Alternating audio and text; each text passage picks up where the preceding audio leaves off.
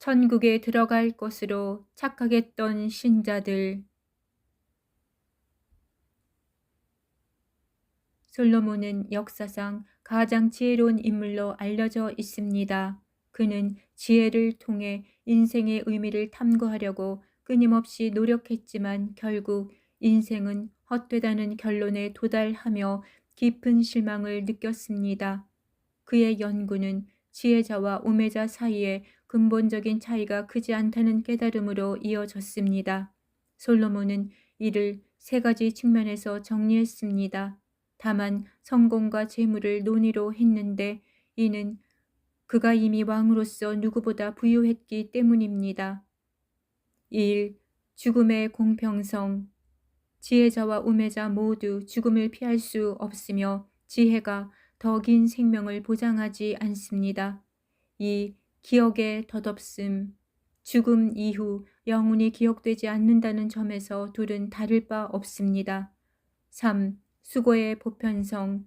삶의 고난과 수고는 지혜자나 우매자 모두에게 동일하게 주어집니다. 그러나 솔로몬의 이런 결론은 당시 지식의 한계에서 비롯된 측면이 큽니다.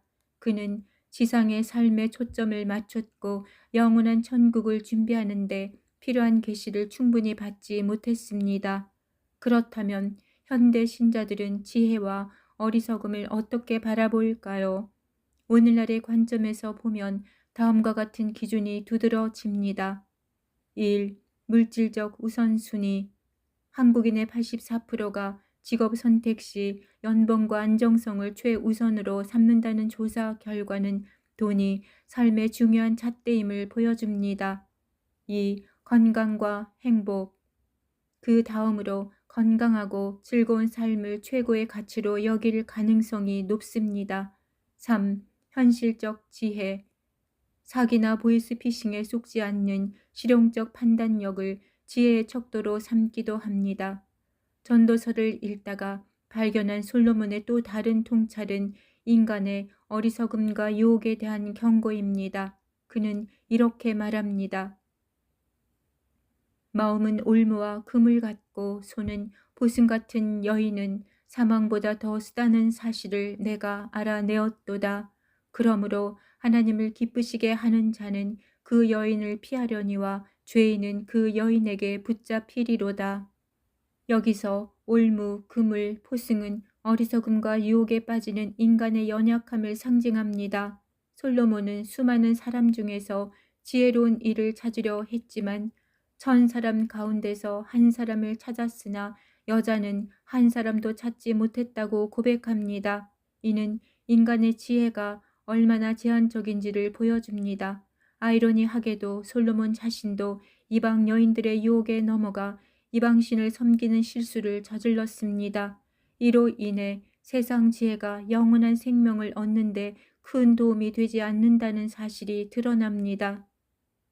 역사를 돌아보면 천국에 들어갈 것으로 착각했던 신자들은 늘 존재했습니다.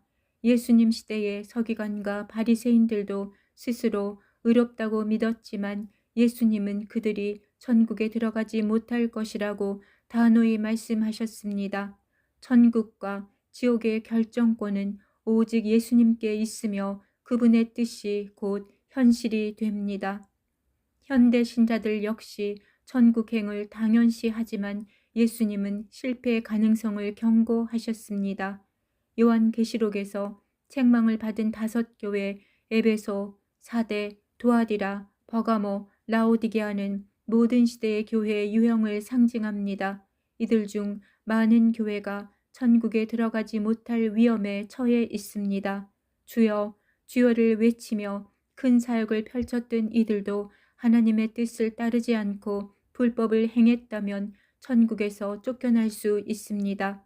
마태복음에 나오는 미련한 처녀들은 문 밖에 남겨진 채 거부당했는데 이는 그들이 천국에 대한 확신이 오만과 어리석음에 기반했음을 보여줍니다.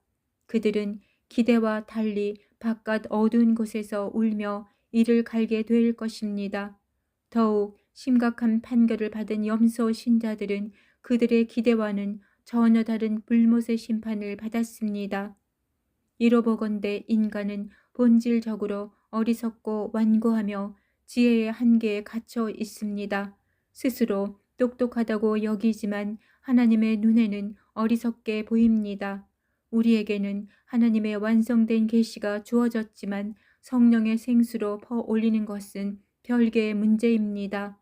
그래서 하나님은 인간에게 보혜사 성령을 보내셨습니다. 예수님은 이렇게 약속하셨습니다.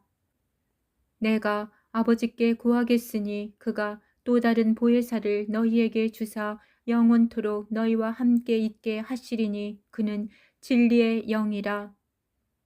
보혜사 곧 아버지께서 내 이름으로 보내실 성령, 그가 너희에게 모든 것을 가르치고 내가 너희에게 말한 모든 것을 생각나게 하리라.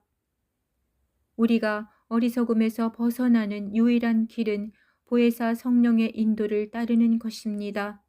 육과 영은 다른 세계입니다. 인간은 편협하고 치우친 사고로 객관성과 합리성을 잃기 쉽고 정의와 공의를 실천하기 어렵습니다. 심지어 하나님의 일을 한다는 명목으로 분열과 다툼을 일으키며 그 뜻을 왜곡하기도 합니다. 그러나 잠언은 이렇게 권면합니다. 그를 높이라. 그리하면 그가 너를 높이 들리라. 만일 그를 품으면 그가 너를 영화롭게 하리라. 결국 천국은 인간의 지혜나 노력으로 얻어지는 것이 아니라 하나님의 은혜와 성령의 인도하심을 통해 열립니다. 스스로 천국에 들어갈 자격이 있다고 생각하는 순간 우리는 솔로몬처럼 한계에 부딪히고 미련한 처녀들처럼 문 밖에 서게 될지도 모릅니다. 진정한 지혜는 하나님께 겸손히 의지하는 데서 비롯됩니다.